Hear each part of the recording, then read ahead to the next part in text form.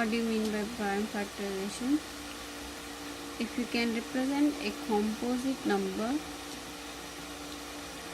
in the form of, it's a product of all the prime numbers, so then we'll call that process, we can call it as a prime factorization. What do you mean by that? Suppose if you have some 30, you are representing this number as a product of only prime number, so this process we can call it as a prime factorization. So to find this process, we have two methods. One is tree method, factor tree method, and next one is repeated division method.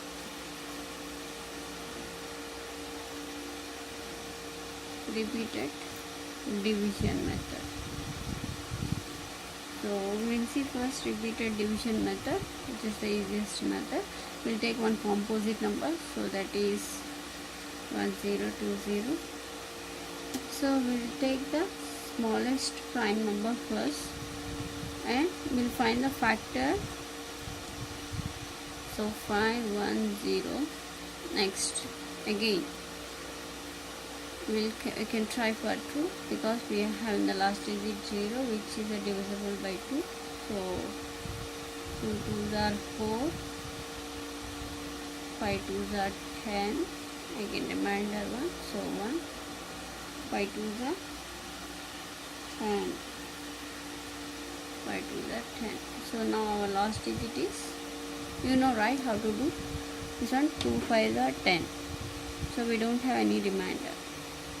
Next 2 1s are 2, we don't have any remainder. Next 0 0.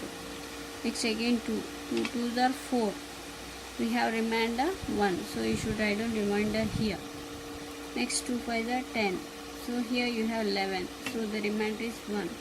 Again 2 5s are 10, so if you multiply these two, you should get this value.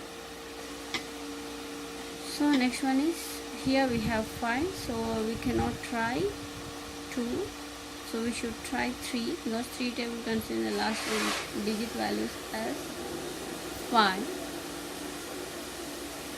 So now what's the answer?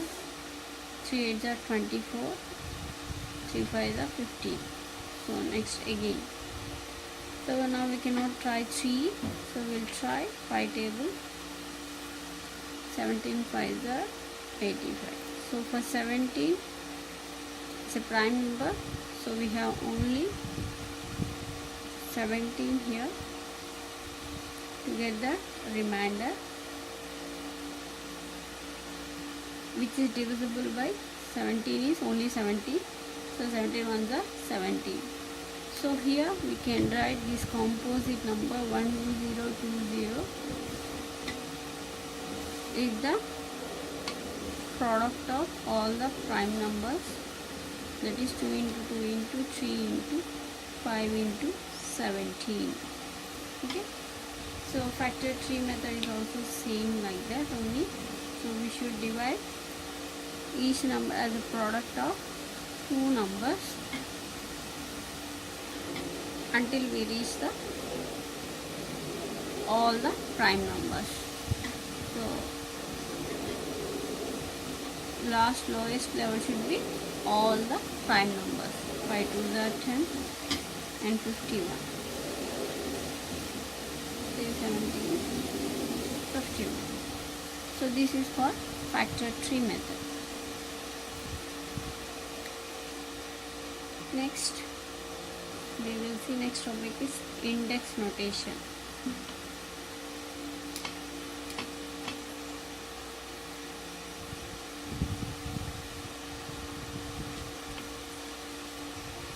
What do you mean by index notation?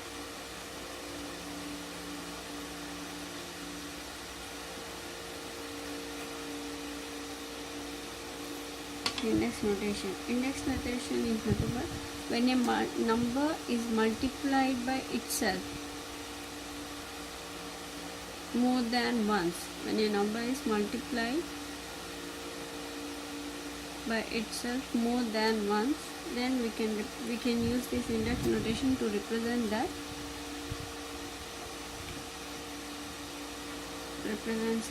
That is, suppose 6 into 6 we can represent with the simplest form, so that is index notation 6 square. 6 into 6 into 6, that is 6 cube. It is called index notation. So in this, the downside one you will call it as a base, and the upside one you will call it as an index.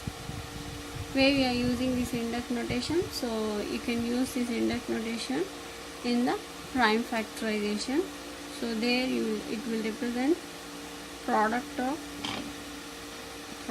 prime numbers, right? In that if you have any multiplication between same number more than one time, then you can use your index notation to represent that. So in our previous example, we have representation like this, right? 2 into 2, 3, 5 and 17, right? So here you have this prime number is multiplied with the same number 2 times. So you can use your index notation to represent that one. 2 square into 3 into 5 into 17. So that is nothing but index notation and the application of index notation where we are using this concept. So next concept is highest common factor, HCF. Highest common factor. What do you mean by highest common factor? So again, this topic is only depends upon our factors concept. I already told, right, this whole chapter spins around these factors and multiples concept. So now again, highest common factor, this concept is derived from our factors concept. So here what we are doing is we are finding the common factors first. So when we will find the common things, if you have the two different groups, so among that groups you will find the common things. So here we have some different numbers. So between that numbers you are finding the first common factor. You are finding the common factors. Among that, which one is the highest one? So that you have to find out. That is nothing but highest common factor. So for example, we have two numbers, and this one also called as an greatest common divisor. Common divisor. So when you are using this number, you will get both the products are divisible by that number. That is, you will get the remainder as 0 for both the factors. So for example, if you have two numbers, that is 18 and 24, what are the factors are existed for 18 and 24? So 1, 2, 3, 6, 9 and 18 for the 18. And what are the factors for 24? 1, 2,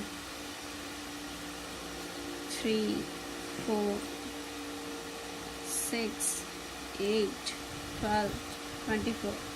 So first we will see what are the common factors are existed between these two. The common factors we have 6, 6,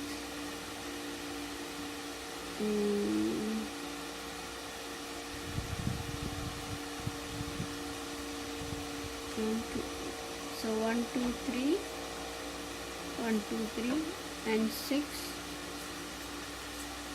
First and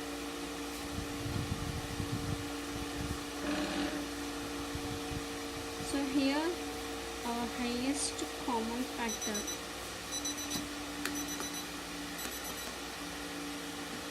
So first we will write down what are the common factors are existed between these two. 1, 2, 3, 6, right? 1 2 3 6, here 8, here 12, here we don't have any 12. Okay, so the highest common factor among these two numbers is 18 and 24 is 6. 6 is the highest common factor.